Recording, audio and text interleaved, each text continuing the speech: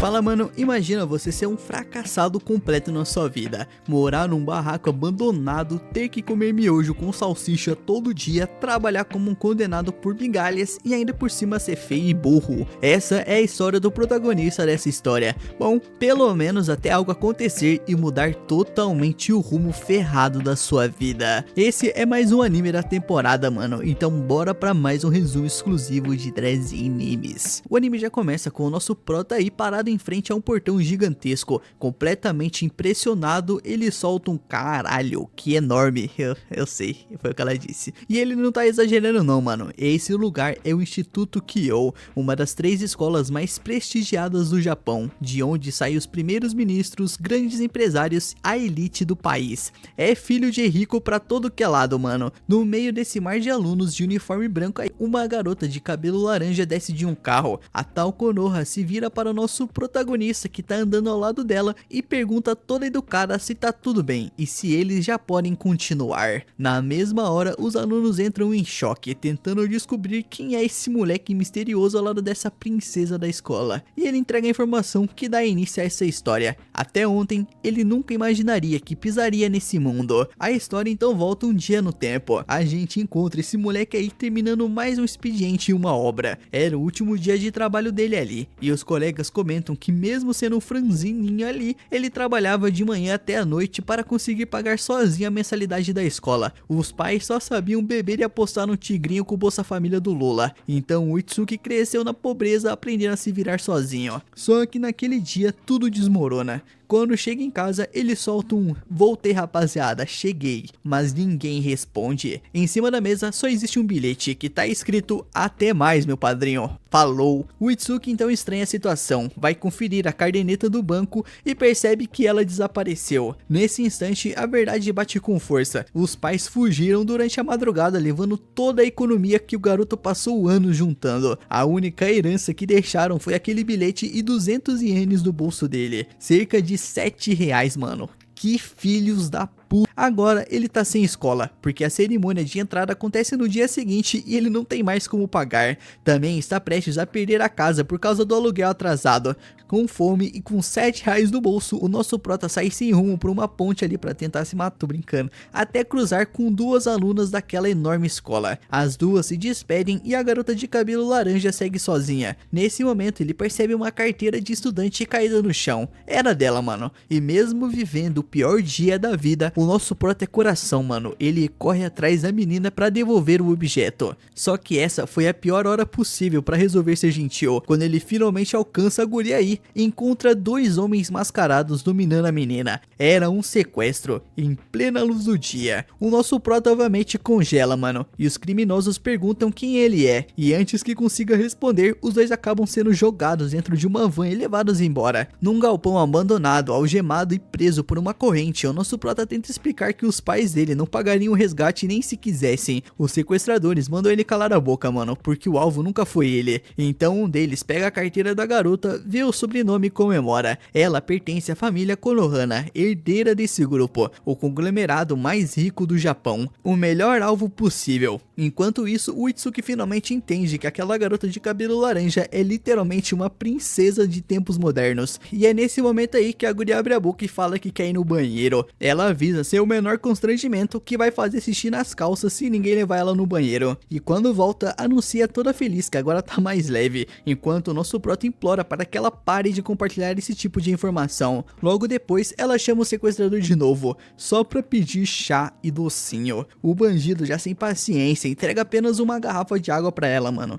Só que a guria consegue derramar metade no próprio rosto, mano, porque segundo ela, nunca se acostumou a beber numa garrafa de plástico. O criminoso desiste e passa a responsabilidade pro nosso prota. E o nosso prota realmente cuida da guria, mano. Ele ajuda a segurar a garrafa enquanto ela bebe. Depois percebe uma poça da água no chão e pede pra ela chegar mais perto. Só que a garota consegue tropeçar em nada e cai de joelhos. O nosso prota fica sem entender como alguém consegue cair sem existir qualquer obstáculo. E ela apenas olha pra ele e diz que doeu, obviamente. O nosso prota examina o machucado, pede pra ela não encostar na ferida e naquele momento percebe que essa princesa não tem nada a ver com a imagem perfeita que a escola inteira idolatra. Na verdade, ela é praticamente um bebê de 16 anos cheio de dinheiro. Ela pergunta por que ele também foi sequestrado, já que ele parece um fudido pobre, e o Itsuki aproveita para devolver a carteira de estudante que ela tinha deixado cair. A reação dela é dizer com toda a tranquilidade do mundo que graças àquela carteira o resgate deve aparecer a qualquer momento. O nosso prota nem consegue perguntar o que ela quis dizer, porque ela já muda completamente de assunto e fala que vai dormir, mano. Em seguida, deita a cabeça no ombro dele e vai dormir, mano. Enquanto a princesa dorme aí tranquilamente no ombro dele, a situação começa a ficar perigosa, mano. O clima vai ficar pesado. Os sequestradores estão irritados porque a negociação não dá em nada, e um deles avisa que quer uma resposta imediatamente ou vai começar a bater na garota. Mesmo algemado, o Itsuki entra na frente dela sem pensar duas vezes. O criminoso pergunta por que ele faria isso por alguém que nem conhece, e a resposta do garoto pesa no coração, mano, já que o futuro dele parece completamente sem esperança. Pelo menos ele ainda pode ajudar outra pessoa. O moleque perdeu tudo, mano, e mesmo assim ele é humilde. Nisso a guria acorda, limpa a baba do campo da boca e faz uma análise extremamente séria. Ele é uma boa pessoa. Ela diz que se sente confortável perto dele e que ele tem cheiro de futon secando no sol. O Itsuki pergunta se aquilo é um elogio, e ele explica que já teve vários cuidadores, mas todos eram formais demais. Com ele, ela consegue agir naturalmente. E olhando nos olhos dele, ela começa a dizer, mano, que ele vai ser dela. A porta simplesmente explode nesse momento. Uma tropa de choque invade o galpão por todos os lados. Em segundos, os sequestradores já estão rendidos. Um dos agentes ainda anuncia todo orgulhoso que neutralizou um terceiro criminoso, que na verdade é o nosso prota. Mas quem resolve essa situação aí é uma mulher de cabelo roxo que entra no galpão com uma autoridade, mano, e diz que ele não é um criminoso. O nome dela é Shizune. A Shizune se ajoelha diante da Hinako e pede desculpas pela demora no resgate, mas também dá uma bronca na guria, dizendo que ela deveria avisar antes de sair andando sozinha. A Hinako responde que acha isso chato. Na saída, a Hinako puxa a Shizune e aponta pro nosso prota e faz um pedido que muda completamente a vida dele. Eu quero ele. E sem demonstrar surpresa nenhuma, a Shizune apenas responde como desejar, minha senhora. Ela vai fazer todos os arranjos imediatamente. Já dentro da limusine, a Shizune abre uma pasta e começa a recitar toda a ficha do rapaz. Tomonari Itsuki, 16 anos, filho único, estudante que paga sozinho a própria escola apesar da pobreza, porém na noite anterior os pais fugiram levando todo o dinheiro dele. O Itsuki entra em choque e pergunta como ela sabe de tudo aquilo, e a resposta vem na mesma hora: nunca subestime a rede de informações da casa Konohama. E ela ainda cita a mensalidade atrasada, o aluguel vencido e as contas acumuladas. Só depois faz a proposta, mano, perguntando se ele gostaria de trabalhar pra guria ali. O Itsuki pergunta se vai virar uma criada, mano, e ela responde que não. Mordomo seria uma possibilidade, mas também não é o caso. Antes de explicar a função, ela faz um aviso: se ele fizer qualquer coisa imprópria com a senhorita, ela corta aquilo. Você entendeu aquilo? O garoto repete e então ela revela o cargo: cuidador. Pouco tempo depois, a limusine atravessa um enorme portão e chega ao que a família Konohama chama de casa de férias, um verdadeiro palácio que faz a antiga casa parecer uma casinha de cachorro. Assim que o carro para, duas fileiras de empregados recebem a Hinako gritando, mano: bem-vinda ao lar, senhorita. O que é o chefão da família, Koronama Karen, o pai da Hinako e presidente do grupo Koronama. O melhor de tudo é que durante toda a conversa, a Hinako está completamente dormindo em pé ali, ao lado do nosso prota. O pai olha para a cena e apenas sorri. Pelo visto, a filha realmente se apegou ao moleque, mano. Nisso, o cara começa a explicar o que faz um cuidador pro nosso prota e pede para que a Shizune ligue um telão. Junto com o Itsuki, a gente assiste um vídeo mostrando a Hinako no Instituto Kyo. Ela aparece impecável, elegante, educada e perfeita em tudo. O Itsuki aponta para a tela completamente indignado e pergunta quem é essa guria aí, mano. E a resposta é simples: Hinako-sama, a mesma guria. Só que o vídeo continua e mostra outra face da moeda. Assim que avisam que a próxima aula será em outra sala, a mesma Hinako responde que não, mano. Boa noite, e apaga em cima da carteira. Depois aparece dormindo no gramado, em bancos e em qualquer lugar. Em outra gravação, uma garota implora de joelhos para que a senhorita acorde e troque de roupa. O Karen então explica com toda a naturalidade que aquela é a verdadeira Hinako. É assim que ela age longe do público. E a jovem desesperada era a antiga cuidadora, que acabou internada com uma ruptura gástrica causada pelo estresse aparece e pediu demissão, ou seja, a vaga ficou aberta porque a última funcionária literalmente furou o estômago trabalhando. E então vem a explicação do cargo.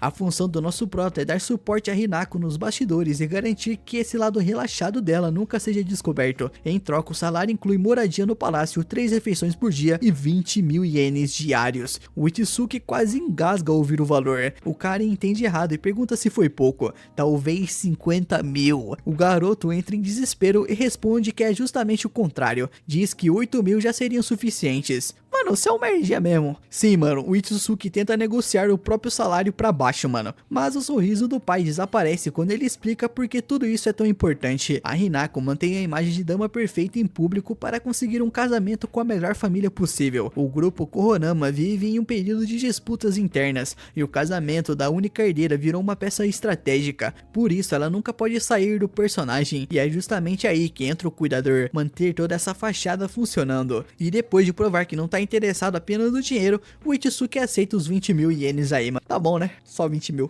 E antes da despedida, faz aquele recadinho de pai. Ele vai matar o moleque se ele fizer alguma coisa. Logo depois, a Shizune leva o novo funcionário até o quarto dele, que simplesmente é maior que a antiga casa que o garoto morava. Ela abre o armário e mostra um uniforme. O Itsuki pergunta se essa é a roupa de empregado doméstico. É o uniforme oficial do Instituto Kyo. Afinal, o cuidador precisa estudar na mesma escola da senhorita. E antes que ele proteste, a Shizune explica que a identidade do moleque foi alterada. Agora ele será apresentado como herdeiro de uma empresa de tecnologia ligada ao grupo Koronama. O Itsuki ainda demonstra preocupação com a escola de elite, mas ela responde que já viu o seu boletim e sabe que as suas notas são excelentes. Seu nome é Tsurumi Shizune, criada pessoal da senhorita Hinako e também responsável por treinar o novo cuidador. O treinamento começa com uma pilha enorme de livros intitulados Manual da Senhorita, seguida por uma nova montanha de material escolar. Ela explica que além dos estudos, ele também terá aulas de etiqueta, postura e defesa pessoal. O Itsuki até ganha confiança, mano, dizendo que passou anos fazendo um trabalho pesado, mas a Shizune apenas sorri e propõe uma avaliação. A avaliação consiste no Itsuki sendo arremessado pelo tatame igual um boneco de pano várias vezes. Mais tarde, completamente acabado, nosso prota finalmente chega ao quarto e resume o dia com uma única palavra: infernal. Maravilhosamente infernal. Ele se prepara para deitar, mas descobre que a sua cama já está ocupada. A Hinako, usando uma camisola rosa, dorme profundamente no meio do colchão dele, mano. O moleque pergunta por que ela tá ali, e a resposta vem com toda a lógica da princesa aí, mano. A cama do cuidador dela também é a cama dela. Sem saber o que fazer, o Itsuki corre até o manual da senhorita procurando alguma instrução, e a guria nem sequer acorda. E nesse momento, o celular dele vibra. É Yuri, mano, uma amiga de infância dele. Ah, legal, sempre, né? Tem a amiga de infância. Perguntando se eles vão juntos para a escola no dia seguinte. O Itsuki logo trava, mano. Como que ele explicaria que em apenas 24 horas ele foi abandonado, sequestrado e contratado pela família mais rica do Japão e transferido para a escola mais elitista do país? Nisso, a Yuri liga. Mas antes que ele atenda, uma mão surge por cima do ombro dele e simplesmente confisca o aparelho. A Hinako acordou. Ela pergunta quem é essa guria aí, mano. E o Itsuki explica que é uma amiga de infância. E a princesa simplesmente abraça o celular contra o peito, decretando que agora ele é meu. E depois ela volta a dormir como se nada tivesse acontecido. No fim das contas, a guria só roubou o celular dele de birra, mano. Já completamente enrolado no edredom dele, ela chama baixinho pelo seu nome. Ele responde e com a voz sonolenta, ela faz um pedido, mano. A partir de amanhã, cuide bem de mim. Em pouco tempo, os dois já estão indo pra escola. E no caminho, a Shizune passa algumas instruções pro nosso prota. Em público, ela vai chamar ele de jovem Itsuki. E o mais importante, ninguém pode descobrir que ele é cuidador da Hinako. Muito menos que os dois moram juntos. E bem nessa hora, a Hinako começa a reclamar que ele fala formal demais. O moleque até tenta mudar, mas com a Shizune do lado até bate um medo, mano. Então a Hinako pede para ele poder falar do jeito mais natural quando estiverem sozinhos, e a Shizune acaba concordando, e isso deixa a guria bem feliz. Quanto mais perto eles chegam da escola, maior fica a preguiça da guria. Ela até pede um abraço pro nosso prota e a Shizune logo repreende os dois. A desculpa da Hinako é que ele tem um cheiro muito bom, o que desperta a curiosidade da Shizune, que diz que também vai cheirar ele depois da aula. Que isso, mano. Quando chegam ao colégio, a Shizune entrega um pacote de batatas fritas pro nosso prota e manda ele usar caso a Hinako não queira obedecer.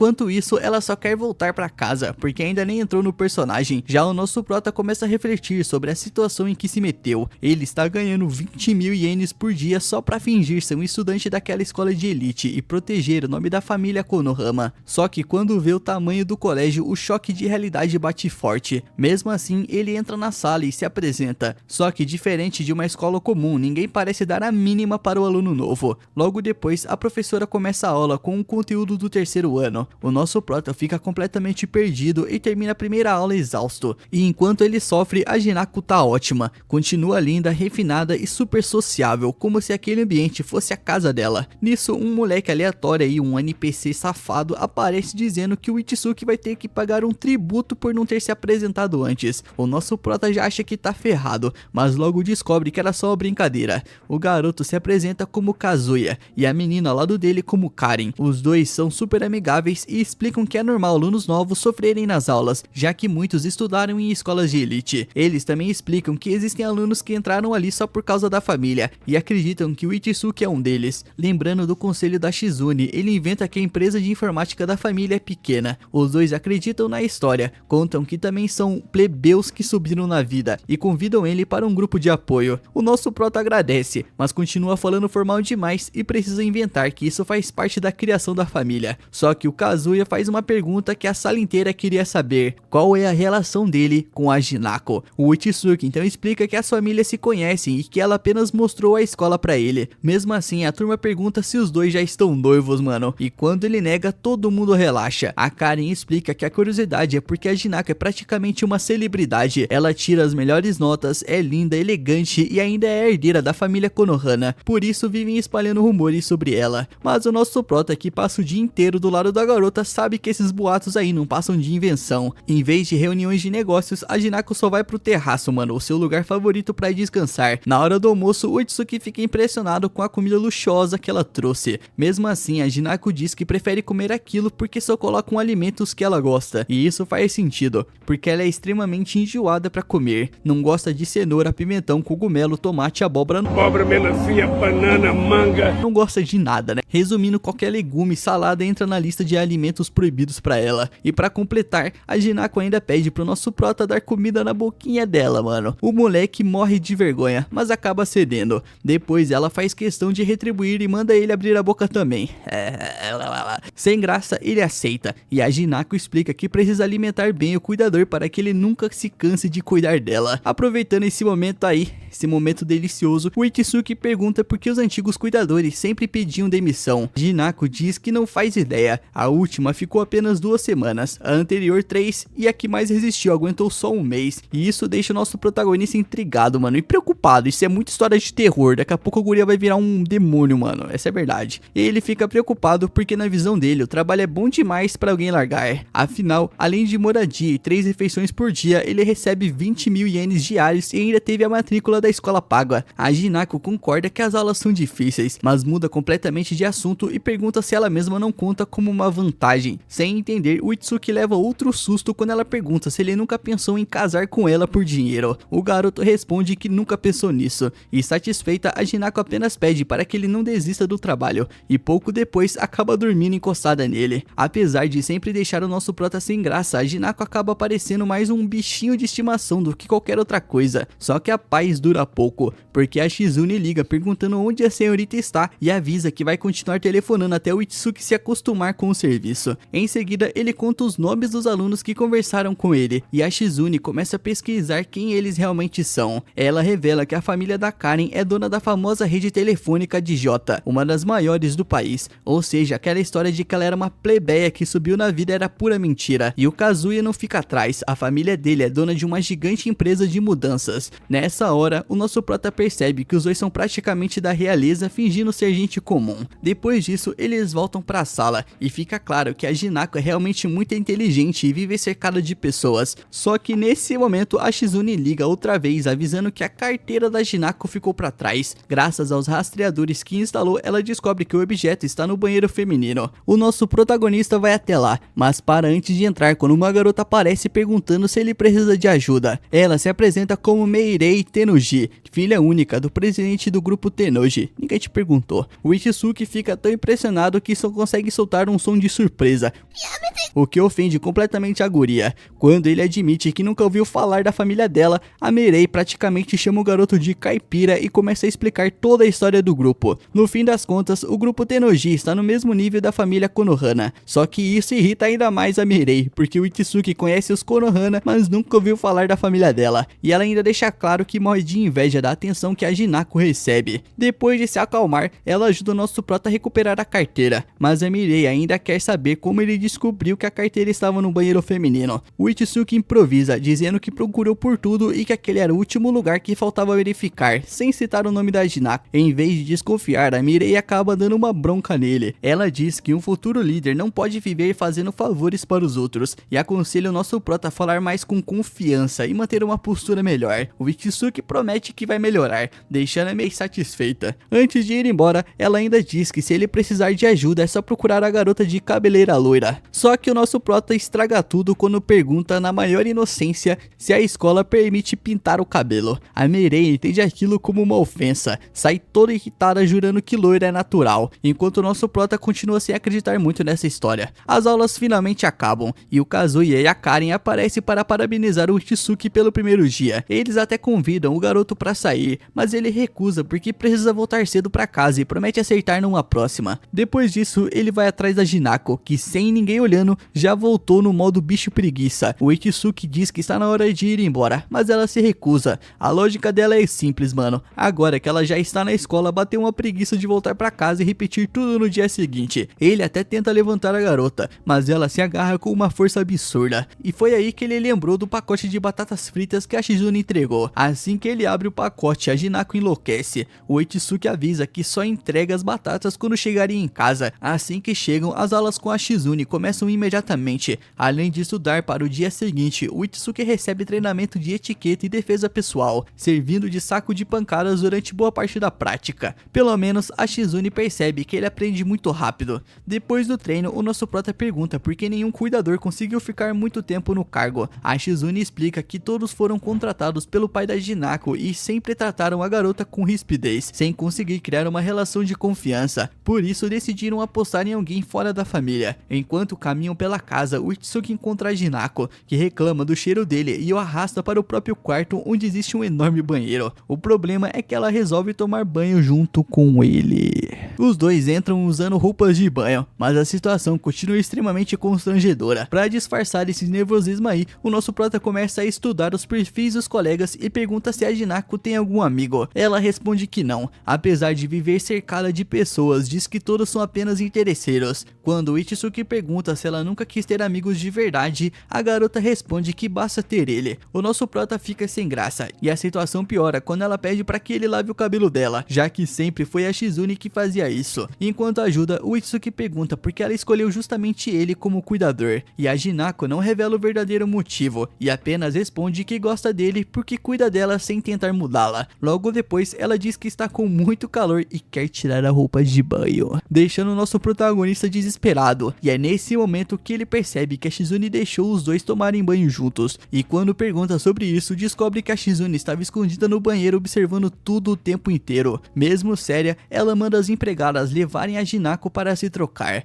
Depois, elogia o trabalho do Ichisuke e entrega uma muda de roupas junto de um suposto remédio para evitar certas intenções. O moleque fica traumatizado, mas depois descobre que era apenas um frasco de vitaminas. No dia seguinte, começa o segundo dia de aula. O nosso prota acredita que finalmente está preparado, mas essa confiança acaba rapidamente. Quando ele corre para pegar os sapatos, ele esbarra em uma garota. Assim que reconhece quem ela é, tenta fingir que nunca viu, só que ela também reconhece o Ichisuke. A garota corre até ele, o abraça com toda a força e começa a chorar e diz que sentiu muita saudade. Assim que viu o nosso prota, essa guria aí o reconheceu na mesma hora, correu até ele, o abraçou com força e caiu no choro de tanta saudade. O nome dela é Narika Misakojima, uma aluna da turma B conhecida por todos como a Bela de Gelo. Natural, né? A guria de gelo. A aparição dessa guria aí fez o nosso prota se lembrar de tudo o que aconteceu no seu passado. Quando ele tinha 10 anos, os seus pais estavam à beira do divórcio. Então ele e a sua mãe foram morar de favor na mansão da família Misakojima. Apesar da oposição de várias pessoas da família, os dois acabaram sendo aceitos. Foi lá que o Izuki conheceu a Narika. Logo no primeiro encontro, a guria disse sem rodeios que odiava pessoas fracas. Mesmo assim, colocou o Izuki para cuidar dela, dizendo que assim ele deixaria de ser visto como um simples peso para a família. Desde então, o Izuki passou a ficar sempre ao lado da Narika, ajudando em tudo que ela precisava. Apesar dessa aparência fria aí de babaquinha desde criança, essa guria na verdade era muito tímida e tinha medo do mundo lá fora. E quando descobriu isso, o nosso prota começou a levá-la escondida para passear, caminhar pelas ruas movimentadas, visitar lojinhas e experimentar doces pela primeira vez, fez a Narika sentir o gostinho da liberdade. Depois disso, os dois passaram a sair escondidos da mansão sempre que podiam e acabaram criando uma amizade muito forte. Mas essa rotina não durou pra sempre, mano. O pai da Narika acabou descobrindo tudo e acreditando que o Izuki tava colocando a sua filha em perigo, expulsou ele, a sua mãe da família. No dia da despedida, a Narika chorou sem conseguir se controlar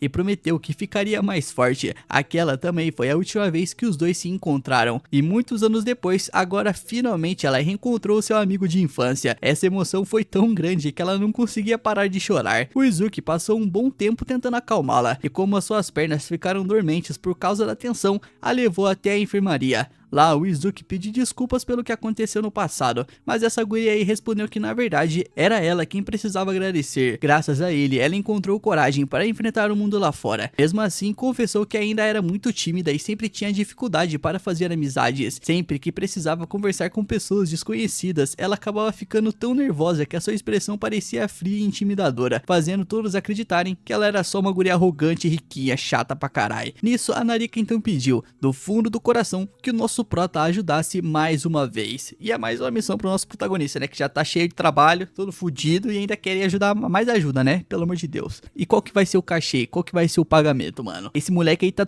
recebendo $600 por dia, mano. Tem que lembrar disso, mano. Nesse instante, a Hinako ligou perguntando onde ele estava. E ao descobrir que o Izuki havia levado uma aluna para a enfermaria, ela imediatamente mandou que ele voltasse para a sala de aula e continuasse a sua função de cuidador. E quando o Izuki estava prestes a ir embora, a Nariko chamou e perguntou, curiosa, o que ele fazia naquela escola, já que ele era um pobre fudido, sem teto, sem pai agora. O que ele tá fazendo aí, esse desempregado? E antes que ele pudesse responder, ela perguntou preocupada se ele iria desaparecer de novo como aconteceu no passado. O Izuki então sorriu e prometeu que eles ainda voltariam a se encontrar. Aliviada, a Nariko um pouco envergonhada pediu que ele fizesse um carinho na sua cabeça, mano, como fazia quando eram crianças. Assim que o Izuki concordou, ela finalmente abriu um sorriso de verdade. Foi nesse momento que a Hinako e a Meirei apareceram. Ao ver o Izuki acariciando a cabecinha da Narika, a Hinako perguntou o que estava acontecendo. A Narika explicou que os dois eram amigos de infância, já haviam morado juntos e que ela era muito grata ao Izuki. Animada, ela até o convidou para visitar a sua casa. Mas aí a Hinako revelou que atualmente o Izuki trabalhava para a família Konohara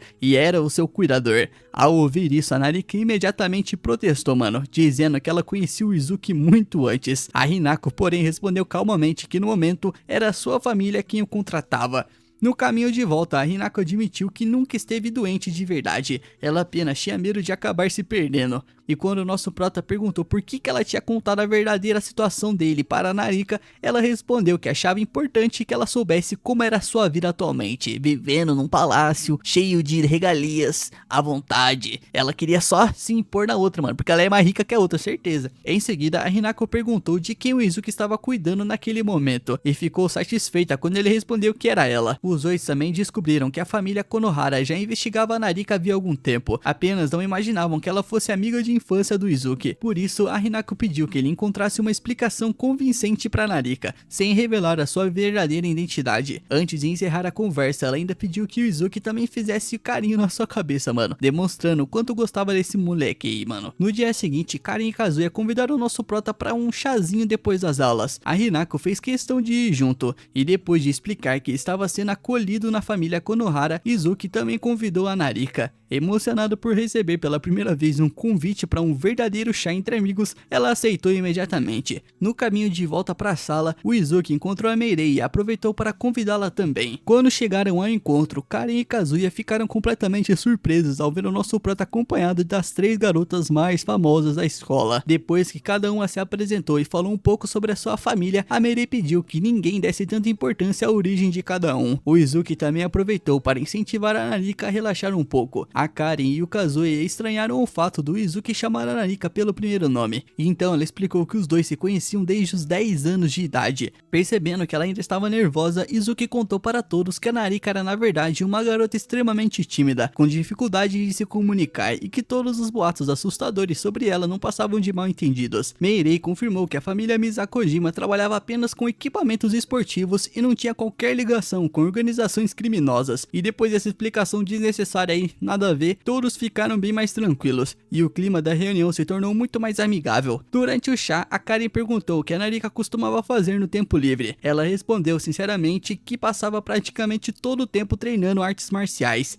Como a sua família possuía um dojo, ela treinava todos os dias. Depois disso, Kazuya perguntou a Hinako se ela tinha algum hobby além dos estudos, e ela respondeu que sempre buscava equilibrar o tempo entre estudar e descansar, além de adorar doces e sobremesas. Enquanto conversavam, Meirei percebeu que a forma como o nosso prota estava segurando a xícarazinha de chá não estava correta, mano. Então ela gentilmente corrigiu a sua postura, explicando que na etiqueta tradicional, o correto era erguer a xícara até a altura da boca em vez de abaixar a cabeça. E na minha opinião, foda-se. O Izuki corrigiu o movimento na mesma hora e agradeceu educadamente, mas a cabeça dele tava: vai tomar no seu cu, mano, deixa eu beber um bagulho aqui. A dele lembrou que ele recebe 20 mil por mês. Ele também comentou que havia estudado em uma escola comum e ainda tinha muito a aprender sobre regras de etiqueta da alta sociedade. Kazuya caiu na risada e comentou que as escolas comuns tinham costumes bem estranhos, como pegar objetos emprestados e esquecer de devolver, dividir a conta entre amigos ou comer escondido durante a aula. O Izuki logo rebateu, dizendo que aquilo não podia ser considerado cultura. Em seguida, ele resolveu falar sobre uma tradição bem mais conhecida, a regra dos 3 segundos. Para demonstrar, ele deixou cair um biscoitinho no chão ali sobre a mesa, pegou rapidamente e comeu em seguida.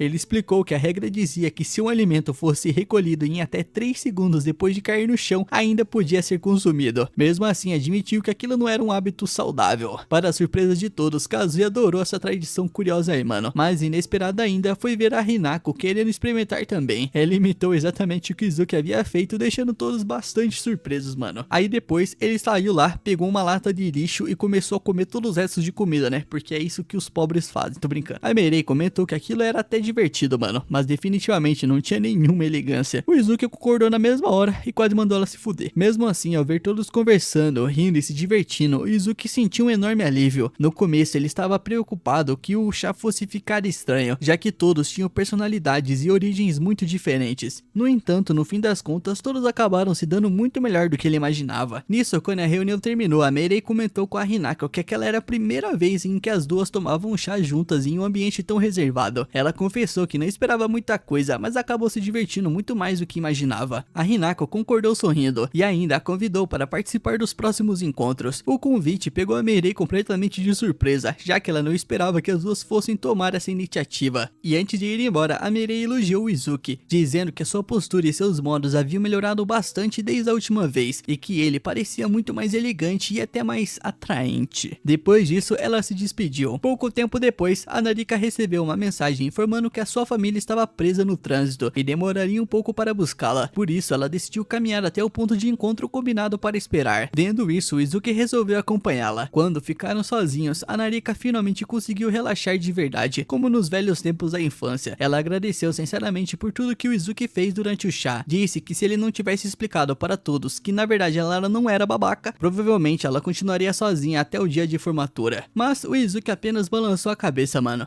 dizendo humildemente que não tinha feito nada demais. Segundo ele, apenas ajudou a Narika a dar mais um pequeno passo. A Narika, porém, discordou. Para ela, aquele dia podia muito bem ter sido o começo de uma mudança que transformaria toda a sua vida. Afinal, o nosso prota continuava sendo o mesmo herói que ela admirava desde a infância. E esse, meus manos, foi o resumo desse episódio. Eu espero que vocês tenham gostado, e se gostou, já deixa seu like, se inscreve no canal, ativa as notificações para não perder a próxima parte, claro, né? Dá uma olhadinha no clube de membros aí, pai. Dá uma olhadinha no clube de membros, por favor, é baratinho, me ajuda demais. Muito obrigado a todos que já fazem parte dos membros, aqueles novos membros, né?